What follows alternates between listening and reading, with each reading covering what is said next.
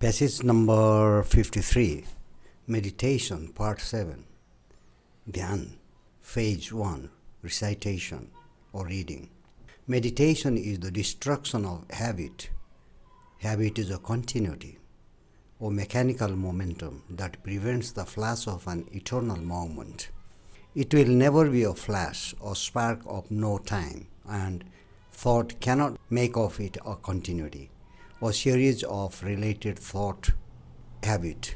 Thought builds relationship, the getting used to things, to people, to ideas. This relationship is time, and through time, do what you will, that flash can be never seen. Meditation is the ending of thought and the beginning of emptiness. There is no resting place in that emptiness. No thought as experience can take root, which is the beginning of time. From this emptiness, there is love, whose death is creation. Phase 2, Translation into Hindi. Meditation is the destruction of habit. Habit is a continuity or mechanical momentum that prevents the flash of an eternal moment. ध्यान आदत का नाश है. आदत एक निरंतरता है, एक यांत्रिक संवेग है जो शाश्वत क्षण की चमक को रोकता है. It will ever be a flash or spark of no time, and thought cannot make of it a continuity or series of related thought habit. यह हमेशा एक फ्लैश होगा. बिना समय की चिंगारी और विचार इसे एक निरंतरता संबंधित विचार आदत की एक श्रृंखला नहीं बना सकते.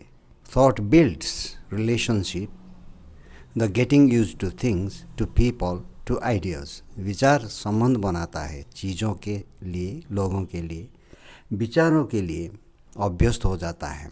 This relationship is time, and through time, do what you will, that flash can be never seen. यह रिश्ता समय का है और समय के माध्यम से आप चाहते जो करे वो फ्लैश कभी नहीं देखा जा सकता है. Meditation is the ending of thought and the beginning of emptiness. ध्यान विचार का अंत है और शून्यता की शुरुआत है. There is no resting place in that emptiness. No thought as experience can take root, which is the beginning of time. उस शून्यता में कोई विश्राम स्थल नहीं है. अनुभव के रूप में कोई विचार जड़ नहीं जमा सकता जो कि समय की शुरुआत है. From this emptiness there is love, whose death is creation. इस शून्यता से प्रेम है जिसकी मृत्यु सृजन है. Phase 3, Comprehension. What is the main point that the author is making about meditation? लेखक ध्यान के बारे में मुख्य बात क्या कह रहा है? The author is making the point that meditation is the destruction of habit.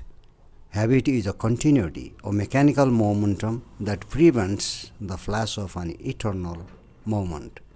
लेखक ये कह रहा है कि ध्यान आदत का विनाश है. आदत एक निरंतरता है, एक यांत्रिक गति है जो एक शाश्वत क्षण का चिंगारी को आने से रोकती है.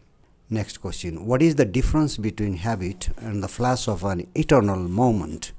आदत और शाश्वत क्षण की चमक के बीच क्या अंतर है? Habit is a conditioned response. It is something that we do automatically without thinking. The flash of an eternal moment is a moment of pure awareness. It is a moment when we are not caught up in our thoughts or emotions. आदत एक अनुकूलित अर्थात conditioned प्रतिक्रिया है. यह कुछ ऐसा है जिसे हम बिना सोचे समझे स्वचालित रूप से करते हैं. एक शाश्वत क्षण की चमक शुद्ध जागरूकता अर्थात अवेयरनेस का क्षण है. यह एक ऐसा क्षण होता है जब हम अपने विचारों या संवेगों अर्थात इमोशंस में नहीं फंसे होते हैं. Next. Why is it important to destroy habit? आदत को नष्ट करना क्यों महत्वपूर्ण है? Because Habit prevents us from experiencing the present moment. It keeps us stuck in the past or the future. क्योंकि आदत हमें वर्तमान क्षण का अनुभव करने से रोकती है, यह हमें अतीत या भविष्य में फंसाए रखता है. What is the relationship between meditation and emptiness? ध्यान और शून्यता के बीच क्या संबंध है?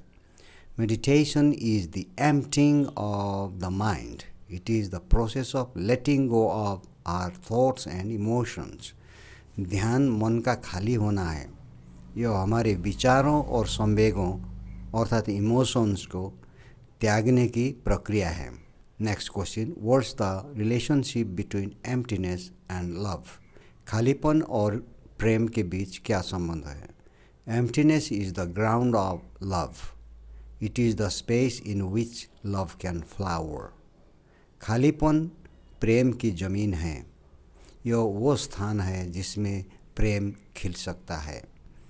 Thank you for watching, and if you have any ideas or points or questions about meditation, please put them down in the comment section for further comprehension. Thank you again.